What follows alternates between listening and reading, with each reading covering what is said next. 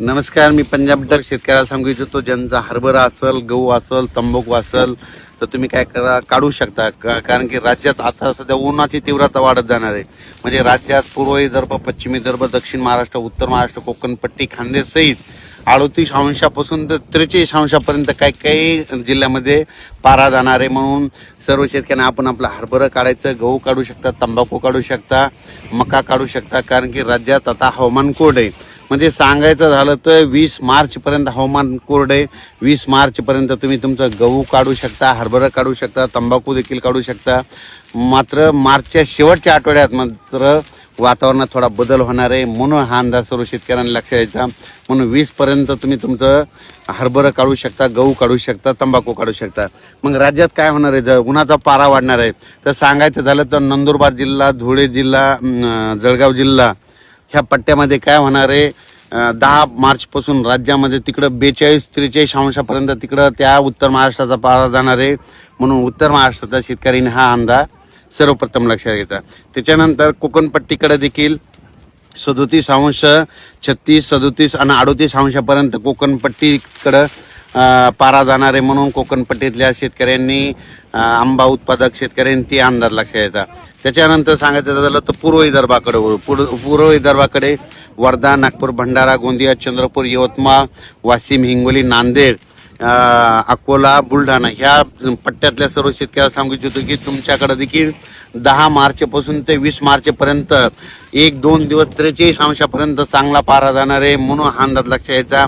तुम्ही तुमचा हरभरा काढू शकता, गहू काढू शकता, कांदा काढू शकता. कारण की 20 मार्चपर्यंत कसल्या वातावरणात बदल होणार नाही. म्हणून हे अंदाज त्या विदर्भातल्या, पूर्व विदर्भ आणि पश्चिम विदर्भातल्या शेतकऱ्यांनी अंदाज लक्षात घ्यायचा. त्याच्यानंतर आपण मराठवाड्याकडे वळू. मराठवाड्यातल्या सर्व शेतकऱ्याला सांगू इच्छितो की नांदेड जिल्हा, परभणी जिल्हा, हिंगोली जिल्हा, लातूर जिल्हा, बीड जिल्हा, जालना जिल्हा, संभाजीनगर, धाराशिव जिल्हा ह्या शेतकऱ्याला सांगू इच्छितो की मराठवाड्यामध्ये या 7 जिल्ह्यामध्ये जवळपास 41-42 अंशापर्यंत उन्हाचा पारा 10 मार्चच्या नंतर वाढणार आहे. 20 मार्चपर्यंत एक दिवस 42-43 पर्यंत नोंद होईल. म्हणून हा अंदाज मराठवाड्यातल्या शेतकऱ्यांनी देखील लक्षात घ्यायचा. पश्चिम महाराष्ट्रात देखील पश्चिम महाराष्ट्रामध्ये सातारा, सांगली, सोलापूर, कोल्हापूर, पुणे, अहिल्यानगर, नाशिक या जिल्ह्यातल्या सर्व शेतकऱ्याला सांगू इच्छितो की तुमच्याकडे देखील 37-38 अंशापर्यंत तुमचा देखील पारा जाणार आहे. एक दिवस तुमचा पारा देखील 39 पर्यंत जाईल. म्हणून हे अंदाज लक्षात घ्यायचा. पण पश्चिम महाराष्ट्रात मात्र थोडं अंशतः ढगाळ वातावरण राहणार आहे. म्हणून हा अंदाज पश्चिम महाराष्ट्रातल्या सर्व शेतकऱ्यांनी हे देखील लक्षात घ्यायचा.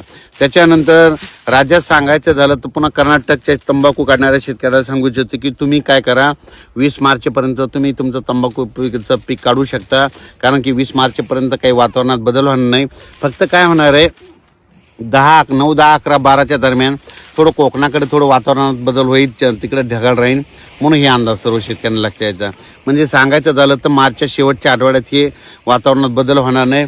यापुढे देखील माझं म्हणणं सर्व शेतकऱ्याला एक गोष्ट लक्षात घ्या, ज्यांच्याकडं टरबूज असेल, खरबूज असेल, कांदा असेल, हळद असेल तर काय करा, मार्च महिन्याचा शेवटचा आठवडा, एप्रिल महिन्याचा शेवटचा आठवडा, मेच्या महिन्याच्या शेवटच्या आठवडा आणि जूनच्या शेवटच्या आठवड्यात प्रत्येक शेवटच्या आठवड्यात वातावरणात चेंज होणार, बदल होणार. म्हणून हे अंदाज सर्व शेतकऱ्यांनी 4 महिन्याच्या शेवटच्या आठवड्यात घ्यायचा.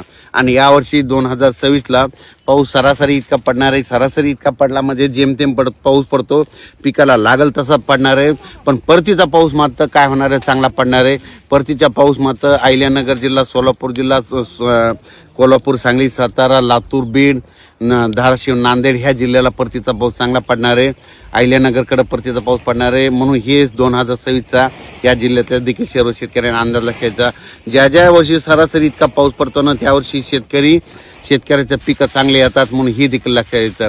तर माझ्या सर्व शेतकऱ्याला सांगू इच्छितो की तुम्ही काय करा, 20 तारखेपर्यंत तुम्ही तुमचे कामं करून घ्या. कारण की 20 तारखेपर्यंत हवामान कोरडं राहणार आहे, पण ऊन मात्र वाढत जाणार आहे. म्हणून हा अंदाज सर्व शेतकऱ्यांनी लक्षात घ्यायचा. अचानक वातावरणात बदल झाला, पुन्हा एक मेसेज दिला जाईल.